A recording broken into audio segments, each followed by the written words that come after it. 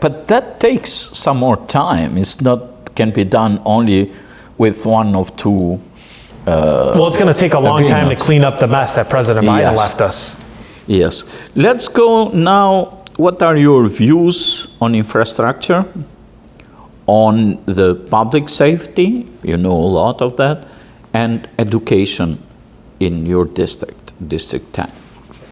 Yeah, we'll start with infrastructure. Our nation's crumbling, and I love what President Trump's doing economically. He's going to bring more money.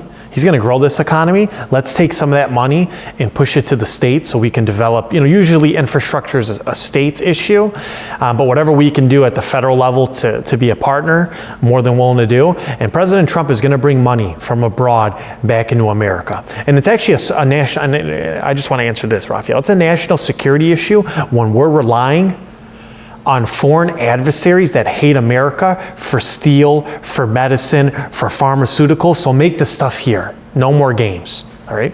So then he's going to renegotiate these trade deals. It's going to generate revenue. In fact, it already has. He's actually talked about giving a check to all the American people. Yes, I heard about that. And I think it's almost up to he saved every American taxpayer about $5,000. He almost wants to give us dividends. And so let's bring some of this money back and let's invest in our infrastructure, because President Trump talks about it all the time. Washington, D.C., and Detroit, and Chicago, and these disruptive, decaying, Democrat-controlled cities, they look like third world countries. It's a joke. The richest, most powerful country in the world should have runways and roads and no homeless. And bridges. Yeah, and no homeless people. So that's what I'm going to say. I'm going to stand up for infrastructure, and we're going to build that through good economic prowess. Second thing you brought up, law and order. I think we've talked about it. No one's tougher on crime than I am, and President Donald Trump is trying to clean up Washington, D.C. So you don't walk from the Capitol building or the Lincoln Memorial statue down to your apartment and get shot in the streets. All right? We're not going to live in a country that's like that. And then thirdly, you talked about education.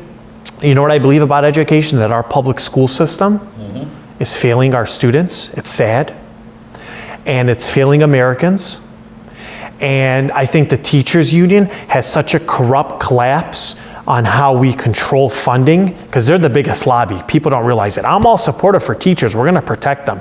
But the people representing them, the union, is a very corrupt entity, because they don't put the students first. They put lazy teachers that are not getting the job done. They protect their job. So we need to get rid of teachers that don't reflect the majority, because 98% of them are great. So we need to get rid of the ones that are not performing well. But you know what I believe in? I believe in school choice. You know who should control your children's education, Raphael? Not unions, but you, your family, and the parents. And let's quit teaching our kids about gender ideology and changing their sex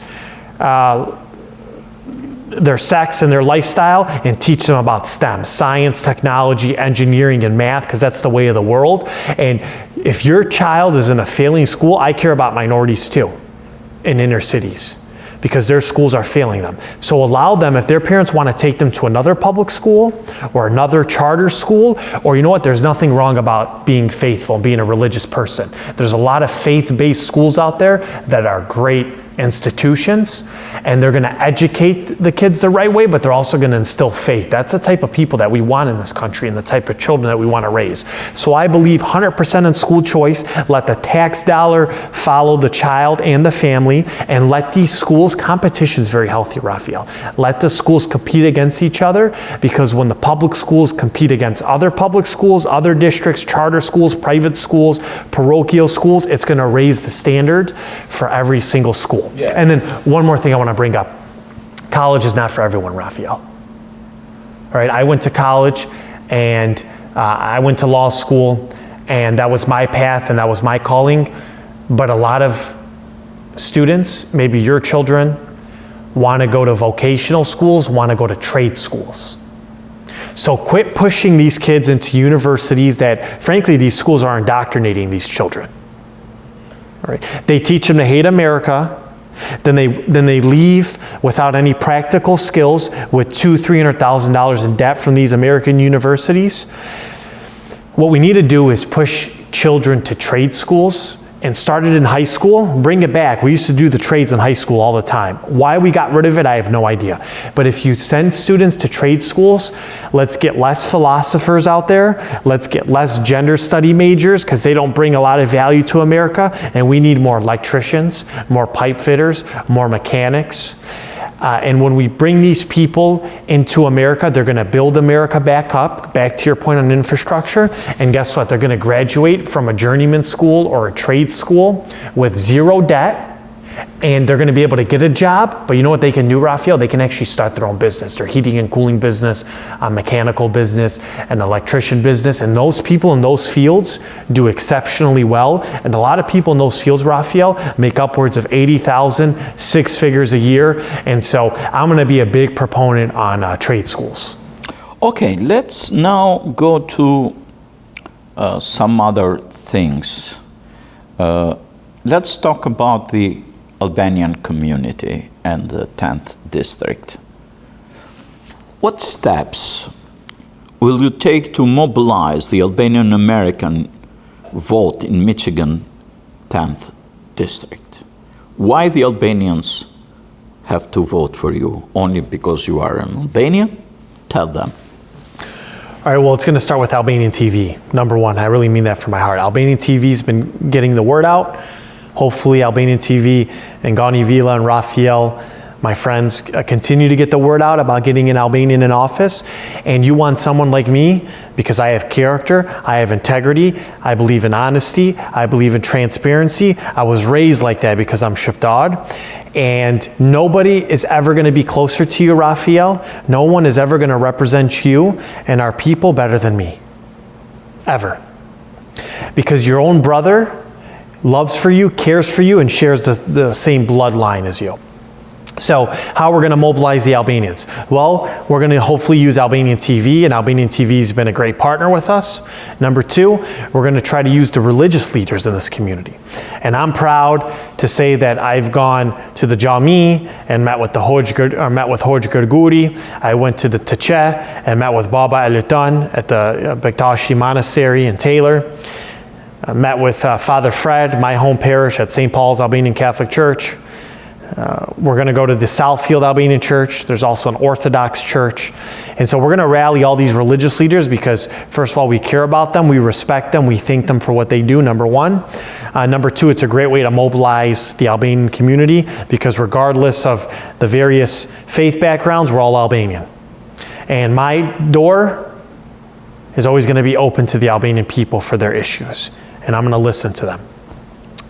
So we're going to energize them. And then next, I'd like to get to the Albanian business leaders because they've created wealth, they've created good businesses. And so there's about 20 to 30,000 Albanians that we believe live in this district. There's about upwards of 400 or 500 Albanian businesses in the 10th district. So if we coalesce and we organize and we get the message out, because you know, Raphael, a lot of Albanians don't always vote. We need to tell them to vote. Okay, tell them to help you. All right, please help us. Please vote. We can win this district. There's a lot of Albanians in this district, 30 to 40 businesses, 3 to 400, 500 businesses, 20 to 30,000 Albanians live in the district. We have a lot of our religious institutions in the district.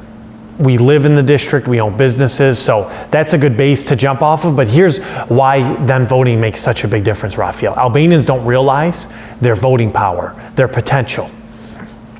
In this district, there's only 72,000 people that voted in the last off-presidential year in this election.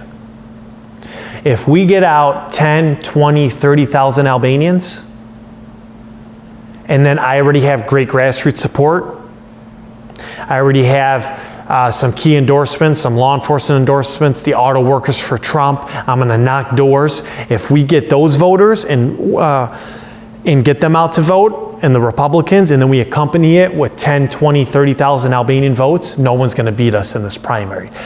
So your Albanian viewers at home need to understand, I cannot do this without you.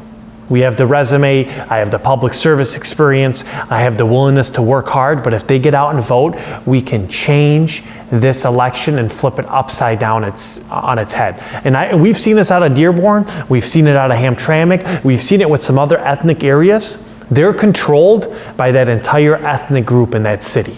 So Albanians need to open their eyes and see that people have done it in other areas. In some of those cities I mentioned, we can do it in Sterling Heights and Shelby and Rochester and Clinton Township, et cetera, in Macomb County.